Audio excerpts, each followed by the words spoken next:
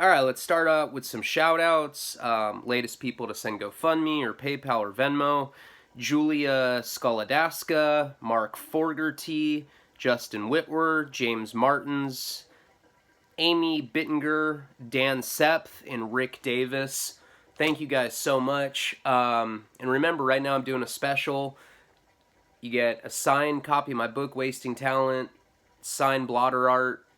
It's limited to 800, and you get a random piece of Blow memorabilia. I'm wearing a Blow hoodie right now. It says Cocaine Express. I have signed DVDs, signed books, signed clothing, and it's just a random item. I have a big box full of stuff right here, and I just pick something out and throw it in your package. It's like the special surprise Blow package deal that I'm doing until I run out of that merch.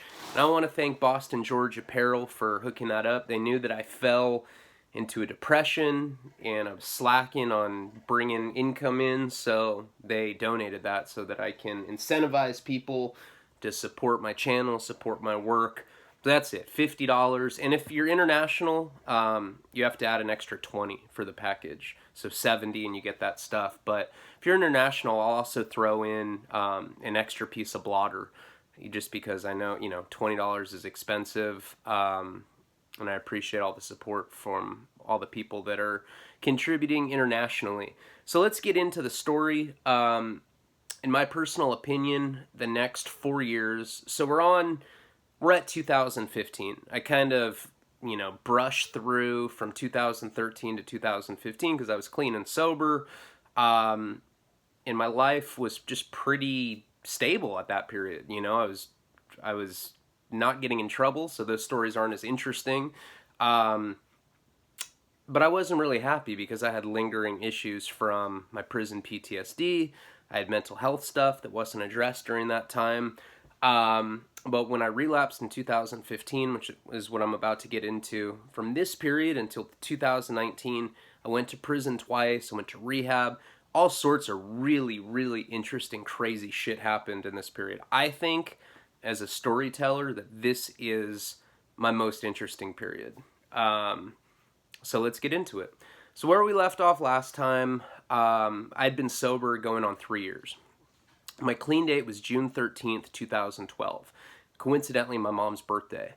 And I'd gotten sober in FCI Oxford, federal prison in Wisconsin, when I'd gotten a dirty drug test, and I went to solitary confinement for a couple months. And my grandfather had died, and I just weighed the pros and cons of being a junkie, and there was no pros to it. I was constantly miserable, dope sick or busted or people dying. And I was in jail, in prison. I was in solitary confinement, and that was it. Like, I had reached my threshold. I had a cathartic experience, and I made a promise to myself not to use anymore. Got out, stayed sober for almost 3 years. So now this is May. I got clean June 13th, 2012, and I relapsed in May of 2015. And how it happened, as I was explaining at the end of last video, is my best friend had called me and said that he had picked up a sheet of blotter acid. I had done a lot of acid growing up. I used to love acid. When I was 16, my best friend at that time moved in with me because his parents had beat him up and my parents got custody over him. And him and I that's who I got into heroin with. We had a huge cocaine problem back then, but we were always really into dropping L. We loved acid. He slept in the guest room, and then I had my own bedroom. And what we would do is we would set the alarm clock for 3 in the morning. And we'd wake up at 3, and we'd already have like a couple hits of blotter like on my desk. We'd drop the acid, and then we'd go back to sleep. And we'd wake up, my mom would wake us up for high school, and we'd both be tripping. That was called our alarm clock bombs. And we used to do that all the time. Who knows what kind of fucking damage LSD has done to my brain, but I've pushed the boundaries with the snake ordinance. I've tripped in jail. I've tripped in prison. LSD was just a big part of me growing up. It was like, when I was an adolescent, I had a lot of fun tripping. And when I got into my early 20s, when I started selling the Molly, and when I started having bigger amounts of it, when I was getting grams of LSD in crystal form, um, I always had good experiences on it, except for like the snake ordinance was kind of scary, but I never really had bad trips. And I think that that's a testament to what kind of life experiences I had had up to that point. I mean, I'd seen some bad stuff. I'd stabbed a skinhead when I was, I think, 19. The Mike Virgin thing happened that same year. So that was a really rough year for me. So I'd been exposed to some violence, but nothing compared to prison. And every time I've tripped since I've been out of prison, it's just been a pretty dark experience. Last time I did it was in 2017. I did it with my fiancé. And I had like a really bad trip. But this was back in 2015, and when my friend said, and my best friend is a big acid guy too, and he told me that, he had run into someone at the farmer's market, and they said they had like some of the best blotter acid that they had ever come across. So my friend bought a whole sheet of it, 100 hits of it. And he told me that he had it and that he was going to do it. He asked if I wanted to do it. Now remember, Casey, my fiance at the time, she didn't want to do it. She said that wasn't being sober. And I had like made a very strong case about why I thought we should do the acid. I'm like, we're both artists. Bill W. was doing acid in recovery, and it's can be a profound spiritual experience. But like I said in the last video, I just want to fucking fry. I mean, I wasn't looking to have a spiritual experience. I just wanted to trip on acid. I was unhappy in my life. The proverbial flame with my fiance had gone out. I wasn't happy.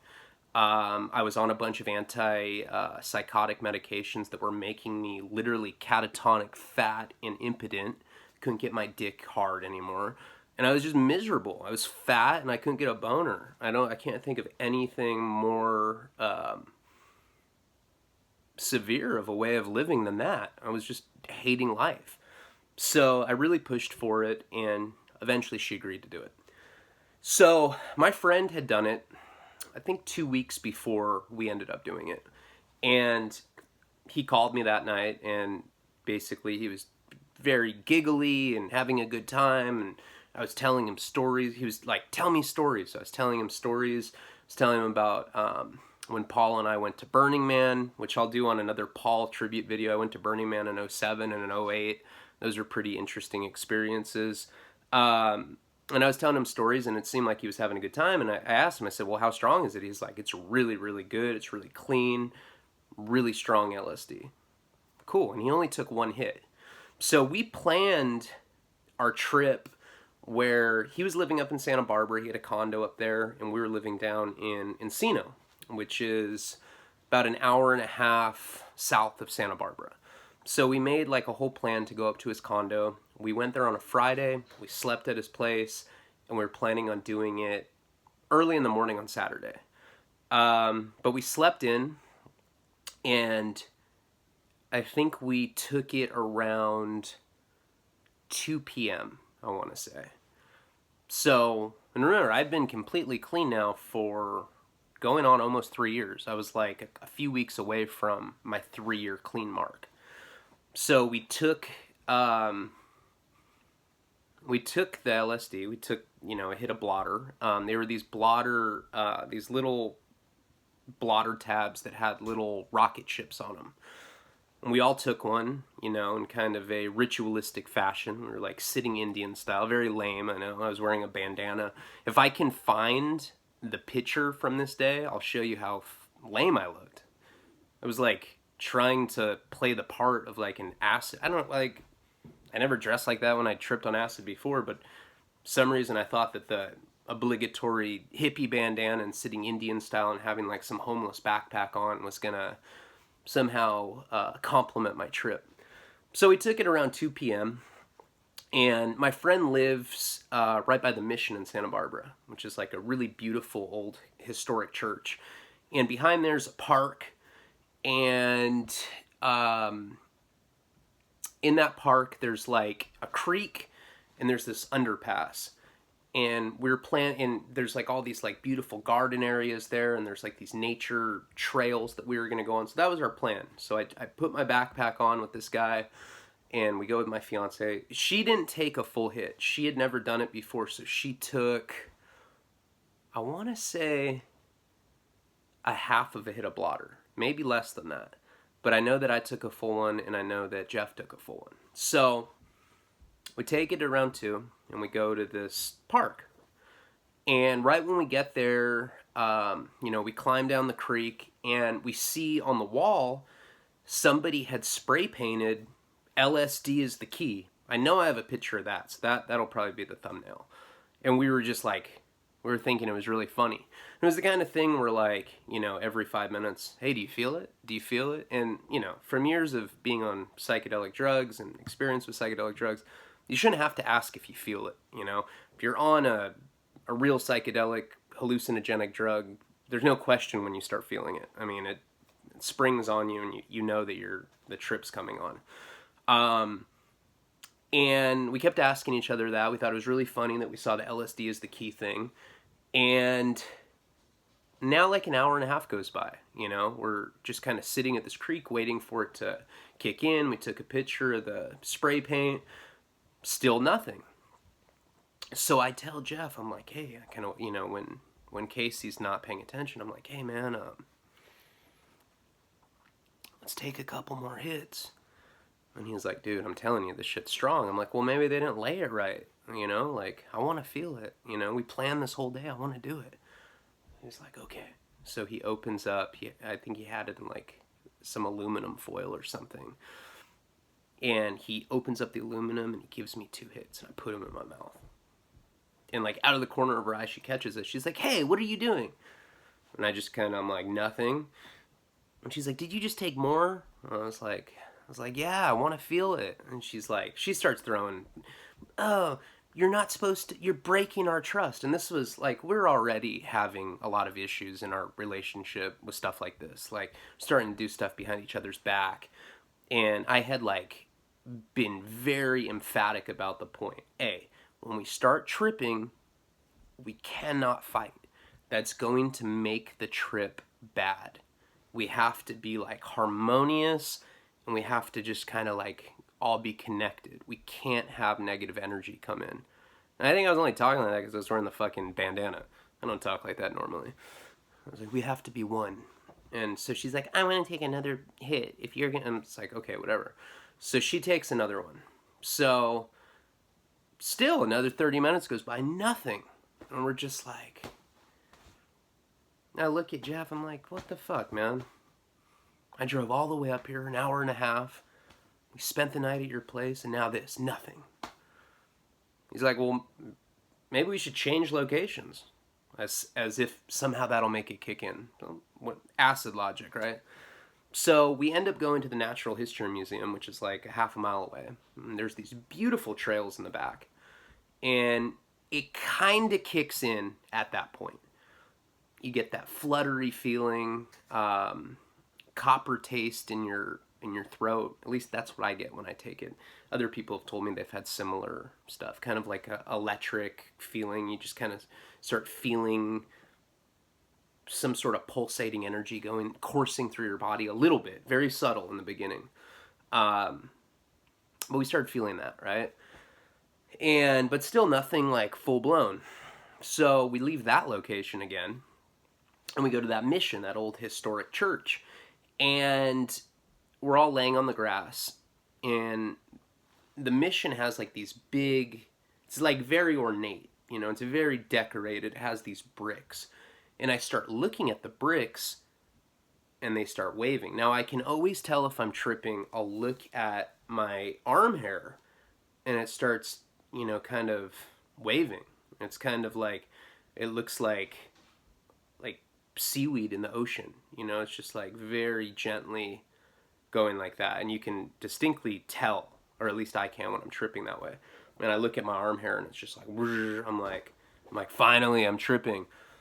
And we're looking at the bricks, right? And I look over at Casey and she's just got like that permagrin, you know, she's all, you know, and he looks the same way. I'm like, all right, cool, finally.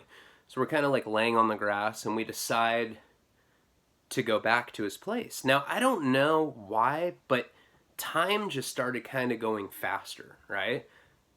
It seemed like we took it at 2, it's probably like 5 now. No idea how much time, like why so much time had lapsed in what seemed so quickly. But I remember we got close to his condo and we go to cross the street. And I remember how scary it was. It was like, you know, it was like a one-way street and it seemed like the cars were moving really fast, but we were moving really slow. And we were like laughing hysterically, like running across the street, hoping we weren't going to get hit by a car. A car's like 350 feet away from us. There's no way it's going to catch up with us. But we're just like trying to run, and it feels like we're running in like quicksand or something. Like we're like weighted down. We finally get to his place, and we open the door to his condo.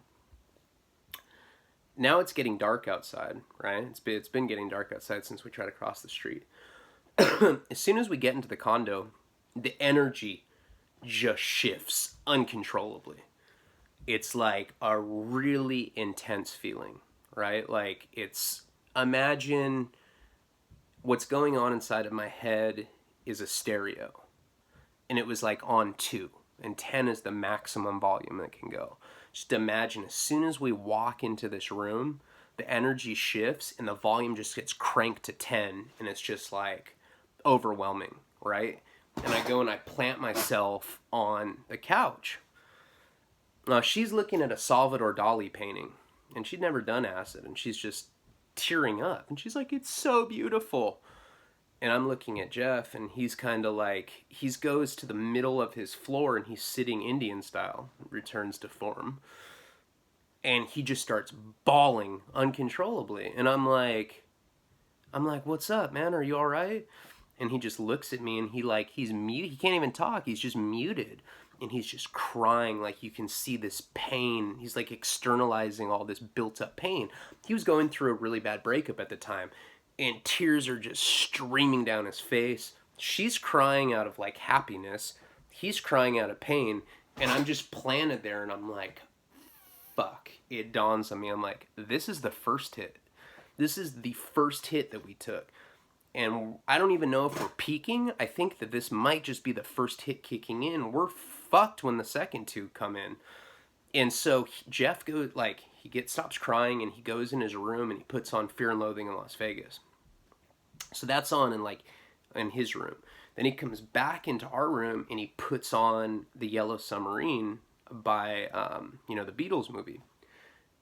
And I swear to God, it was like 2 different energies. Like, I'd be sitting there watching the Beatles movie, which seemed like, I don't know why, but every time I trip and I hear like British accents, it seems so perverted to me, you know? It's like, yeah, Paul. I can't even do a British accent, but it's like, it just seems, there's some perversion about it. Like, I remember really like tripping out on this Beatles shit. So I try to like get up, because she's stuck on the Dali painting. After he sets up the Fear and Loathing, he goes right back to Indian style, and he's just crying again. So I'm just sitting there by myself, and I can't take the British shit. Yeah, Paul. Yeah, Paul. That's all I remember. It was like a looping. Yeah, Paul. Yeah, Paul. And I was like, ugh, it sounded like some sort of weird house song or something. I was just like, fuck, this is so weird. Then I go into the other room, and Fear and Loathing's on the TV, and it's just like really violent, you know, like Benicio del Toro's freaking out, and I'm just like, oh my, it was like really scared me. So I'm like I didn't feel safe anywhere. Fear and Loathing is too violent for me. The energy is just way too loud. I'm like, ooh. Then I go back into this like house of pain. Jeff's crying. She's like stuck on this Dali painting. Yeah, Paul. Yeah, Paul. And I'm just like, ugh. I'm going to take a bath. Probably the worst thing I could have done at that point. And now I'm starting to feel the intensity, I think, of the other hits coming on. And I go into the bathroom, and I take all my clothes off. And I smell like complete shit. Like, I can smell the toxicity of like Monster energy drinks seething out of me, nicotine. I just smell like shit. Like I can smell everything is fucking amplified. And then my girl comes in and she gets naked and it's like a really gross feeling. I remember I covered up my little dick and I look at her and it's like that weird thing when you're on acid where this is a girl I've been living with for 2 years, but I feel really insecure and self-conscious. And she's like, let me take a bath with you. And I'm like, so I try to leave the room, but I'm butt naked. I'm just holding my dick and I just hear, yeah, Paul. Yeah, Paul. And I'm like, I go right back into the bathroom, get into the tub with her. And I can smell her and she smells even fucking worse than me. And she's like trying to touch me and I'm like swatting her away from me. And we end up taking the bath. We go back into the living room and he's still sitting there crying.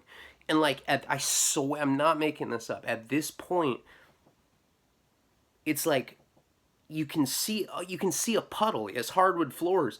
His tears have been puddling. I don't even know how he has this many tears in him, but it looks like there's liquid around him. And by all means, I was on 3 hits of acid. I may have just been hallucinating this, but it looked like there was this like puddle of tangible pain around him. And I'm like, I keep hearing this weird British shit on the TV. I'm like, we have to change that. So we end up putting on, it was my turn to choose the movie, and I put on Welcome to the Dollhouse. I don't know if anyone's seen that, but it's about this really socially awkward girl. It's a kind of a darling of the independent film world. I've always really liked that movie. We tried to watch Half Baked before that, and it just wasn't doing it for us. So I put on Welcome to the Dollhouse, and that's a really dark, fucked up movie that I'd never really noticed when I wasn't watching it while I was tripping. There's a lot of movies like that. Like you watch Natural Born Killers or A Clockwork Orange or something when you're tripping, and you realize like how fucking evil those movies are. I really felt that about this Welcome to the Dollhouse movie. I mean, there's one scene in particular where he's like, pulls out like a switchblade. He's like, meet me at the flagpole at 3 o'clock. I'm going to rape you. And she's like, okay. And then she shows up to get raped at 3 o'clock or something like that. And I was like, whoa, we can't watch this. So I turned that off and I like pressed stop on the DVD, and then it was just a blue screen. And it was this very like ominous shade of blue. Just like, it was like a siren blue filling up the whole room. And I started getting on some weird captivity trip where I had been locked up for almost 5 years, and now I'm in this room, and there's like this blue shade of police siren, and now they're off in the corner opening the foil, and I'm like, what the fuck are you doing? And they're just look at me, in unison, and they're both like, more. And I'm like, no, I'm not taking more. And that's probably the one time in my life that I've been with a group of people on any sort of drug, and I'm the one saying, let's not do more. I couldn't handle it. It was like too much. They end up taking another hit. And I just kind of go back to the couch. And I'm just kind of sitting there. And I'm closing my eyes, hoping that it ends. I'm getting kind of audible hallucinations. I keep hearing, yeah, Paul, yeah, Paul, yeah, Paul. But it's in a British accent. I just, for some reason, yeah, Paul, yeah, Paul, yeah, Paul. And I'm just like, fuck, I just want it to shut up. And they're like giggling. He's not crying anymore. She's not. They're like both looking at the Dali painting, and I'm just like putting my hands, I'm putting my hands over my face, and I'm just like, oh my God, is this ever gonna wear off? And I know if you've ever taken acid, or if you've taken acid in excess, the way that I have throughout my life, you know exactly how that feels. It's just like, am I ever gonna feel normal again? Because I felt like I wasn't at that point. But I got through it. Eventually, it got to that point where their trip was kind of renewed when they took another hit. I never took another hit. I just kind of stayed on the couch all night. And then I got to that point where I could kind of feel it dissipating. Good acid lasts 14, 16 hours. It definitely carried on into the morning. And At the end, we were just kind of having conversations. We were talking about how we thought certain people we grew up with were rats because they never went to prison, but they were always engaged in criminal activity, and they got caught all the time, but they were never getting busted. We had those kind of conversations, and they were still tripping, but the volume now went down to a comfortable 2 or 3 again, not a 10.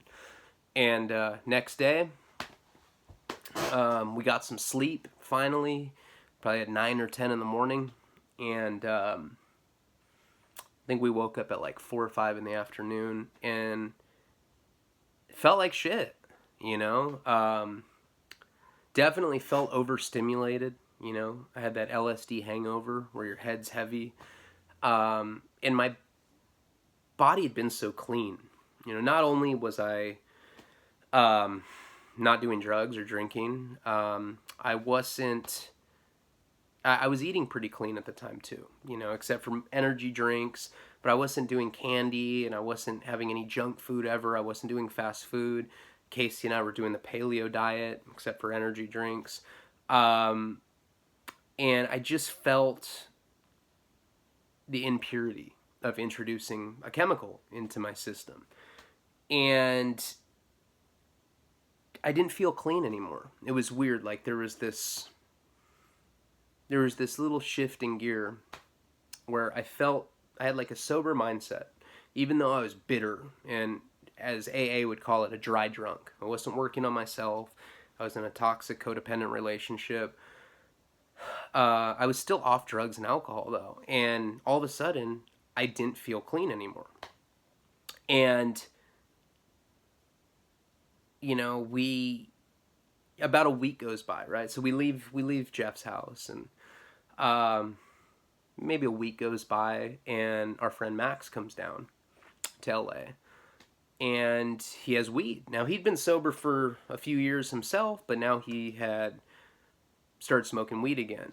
And he asked us if we wanted to smoke. He said, hey, let's get stoned and we'll go play blackjack at the Hustler Casino in, why can't I think of, Gardena, which is like South LA, pretty much. So I take like 1 hit of herb, and Casey takes a hit of weed, and we go play blackjack all night.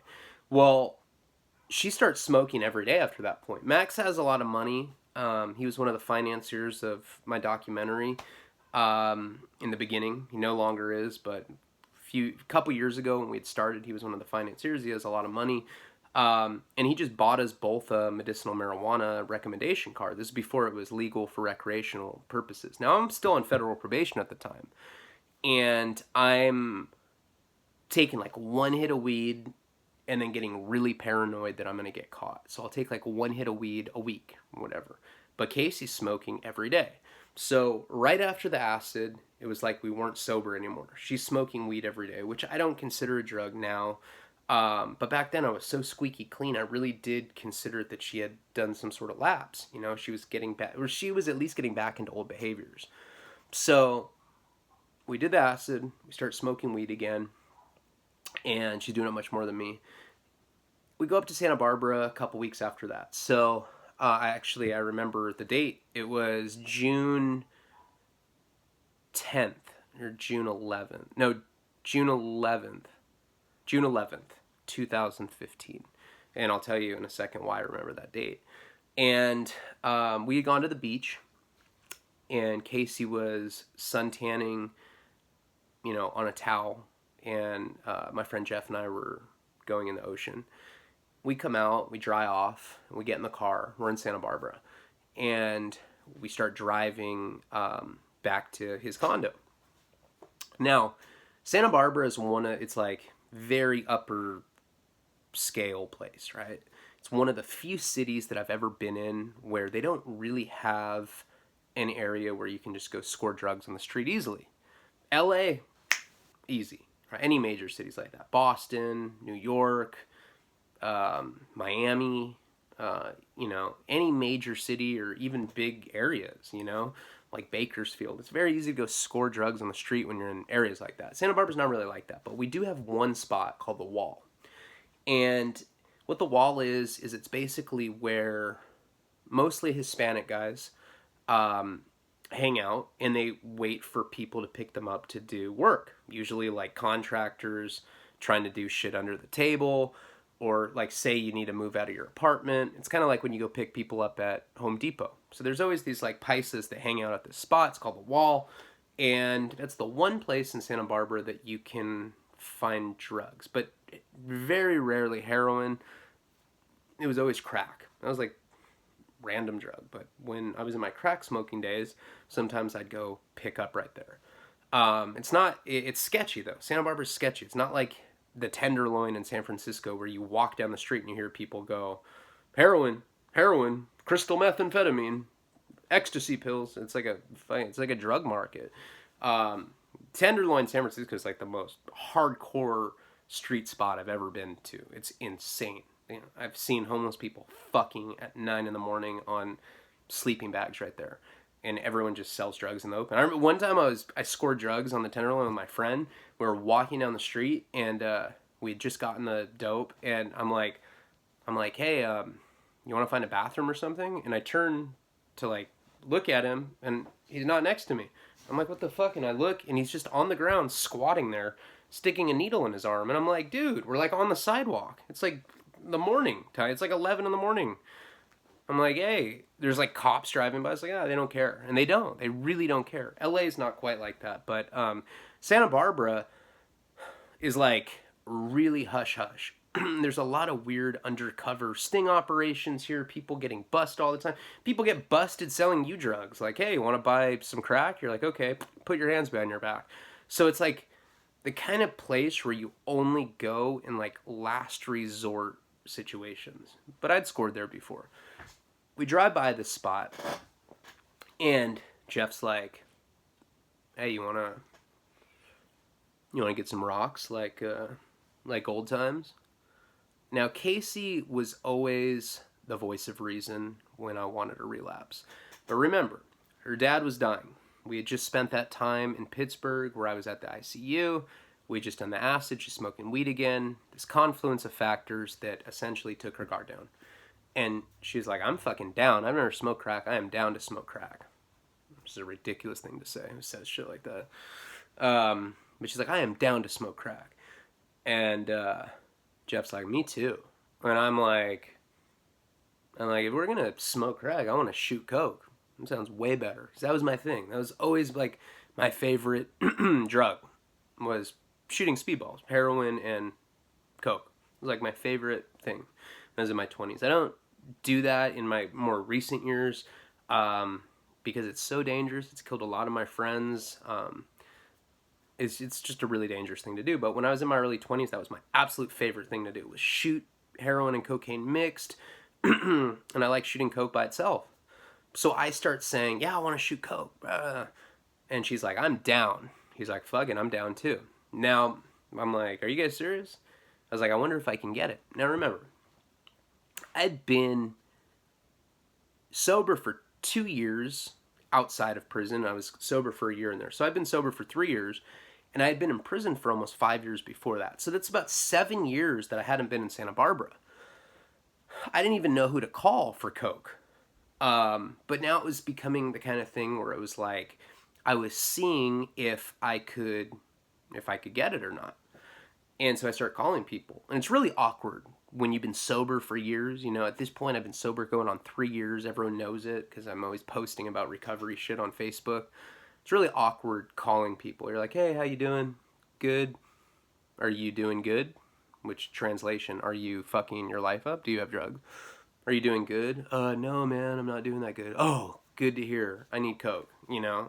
The conversations are so bizarre like that. So I'm calling people. I'm like, hey, how you doing? Are you doing good or not? And, you know, a couple people are like, oh, I'm fucking up. I'm like, hey, can you get coke?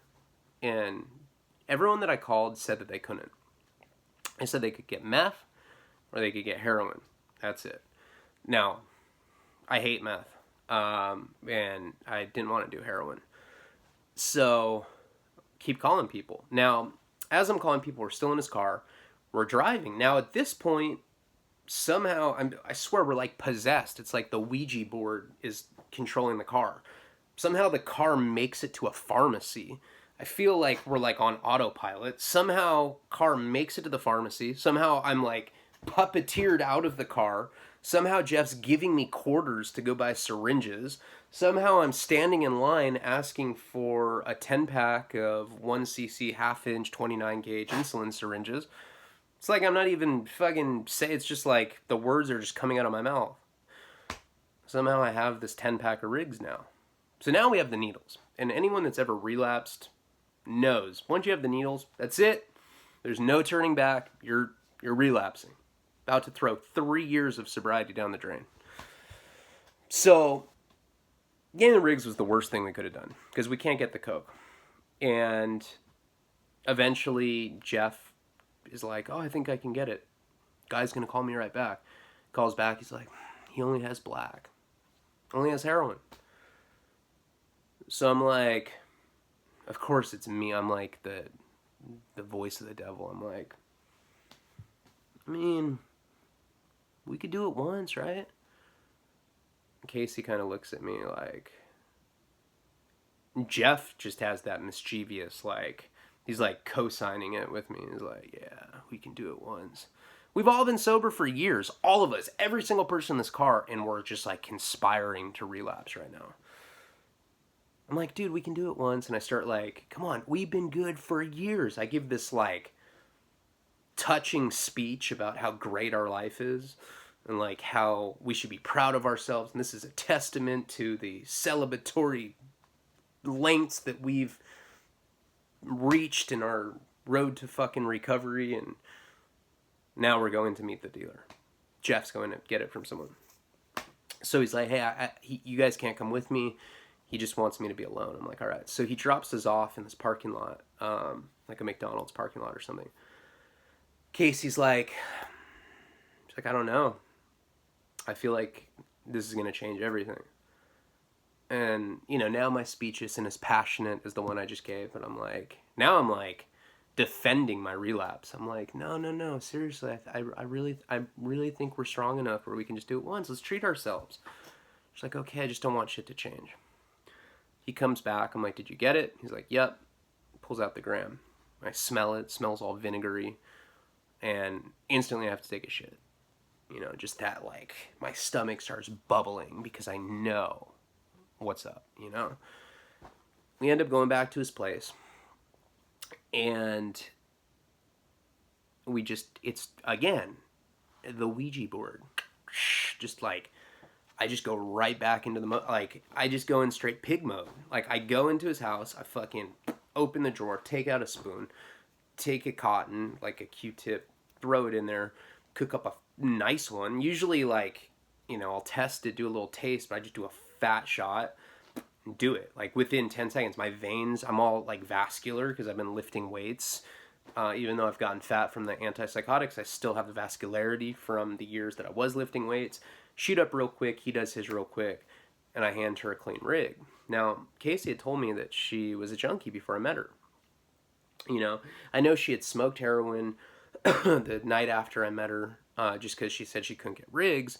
But, so I hand her the needle, and she's like, can you guys do it for me? I'm like, I'm not doing it for you. I thought you shoot up. And she's like, I do, but, like, can you just do it for me?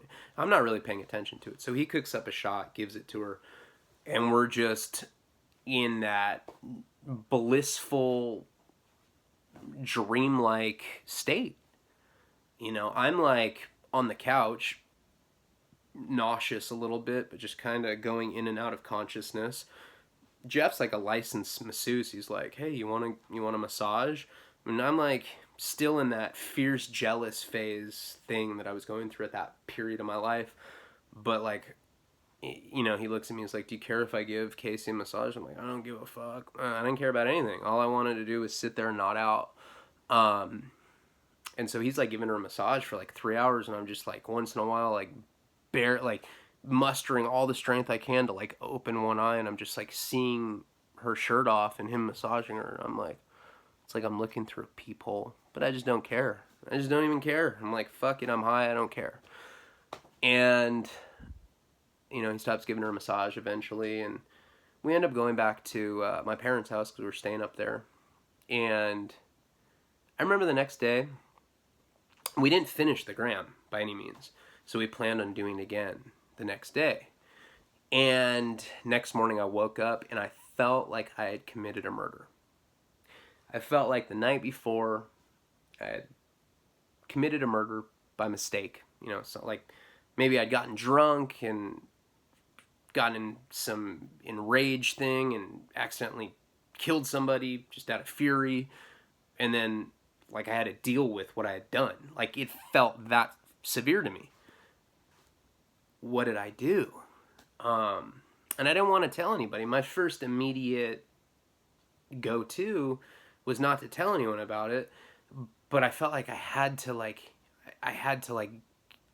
get this guilt off my chest, you know. And it was weird. Like we kind of just looked at each other guilty, you know. It was like a fucking threesome gone bad or something. Like we both knew that, like, damn, what did we do last night? We fucked up.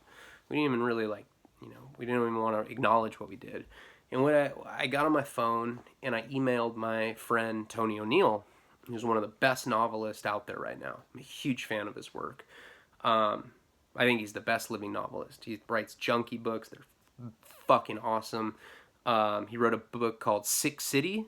I suggest everybody read that book. It's the shit. He was the first famous writer to give me a blurb. And he's had my back since the beginning of my career. His name's Tony O'Neill, my favorite writer that's living. And we always exchange emails about professional stuff. We've collaborated on some stuff together, and I end up writing him an email, and I tell him what I've done.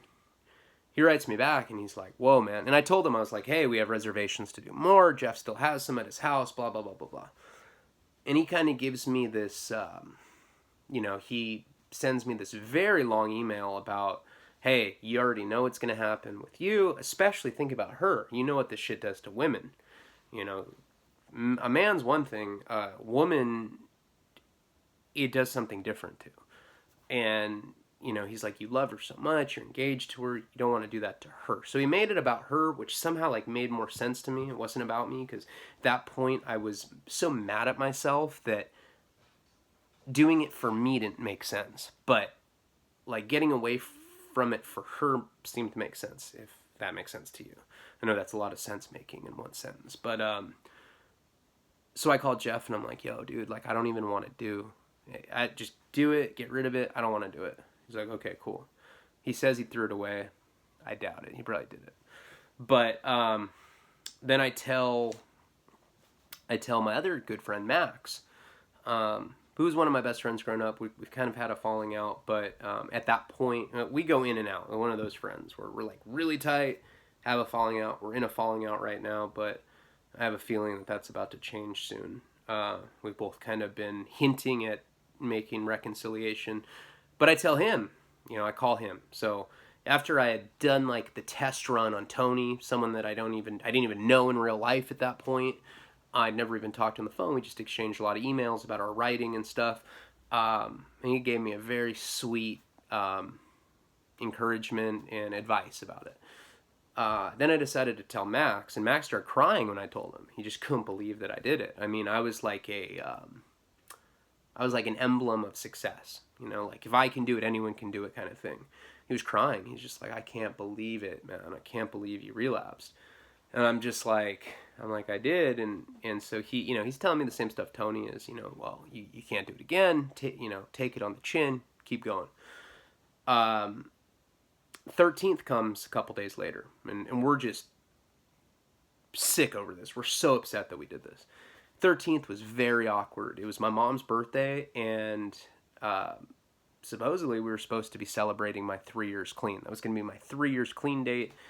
And, my parents are all cheery. They're like, how does it feel, champ? I'm like, looking down, I have like track marks and shit. I'm like, yeah. My dad's like, so, share some things about what was successful for you and what wasn't. Like I'm doing some fucking Oscar acceptance speech, right? And I'm just like, look, this is how much of a junkie I am. This is such a junkie bullshit thing to say. I'm like, Dad, I don't even want to talk about it. Talking about my triumphs and what has worked and what hasn't worked just brings the pain back, and it's too painful to talk about. My dad's like, oh, I understand.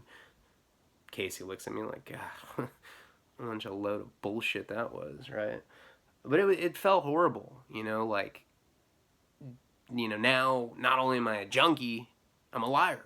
You know, it's not like we'd done it that one time. We had not done it again.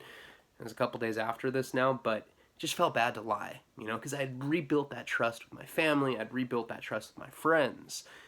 And this was the beginning of things getting absolutely terrible. But good stories to follow. But this was the beginning of the end for me. You know, that dinner, just sitting through it and having to lie to my mom and dad. They were so proud that I'd gotten 3 years, and I'm having to, you know, pretend like I have it. You know, that's the worst. I don't know if anyone's ever been in AA and gone and taken a year or a chip or whatever when it's disingenuous. That's the worst feeling. I've done that before, and it's horrible. It's even worse when it's in an intimate setting like that, when it's your parents and they're looking at you with glee and pride, and it's all just bullshit. So anyway, we will been trying to do the videos a little longer just because I've been absent. I hope you enjoyed them. Remember the deal for the Blotter book and random blow merchandise. We have a lot of it, a lot of stuff like this. And Venmo, GoFundMe, PayPal. That's how I keep doing this for a living. I appreciate you guys. Much more to come. Palabra.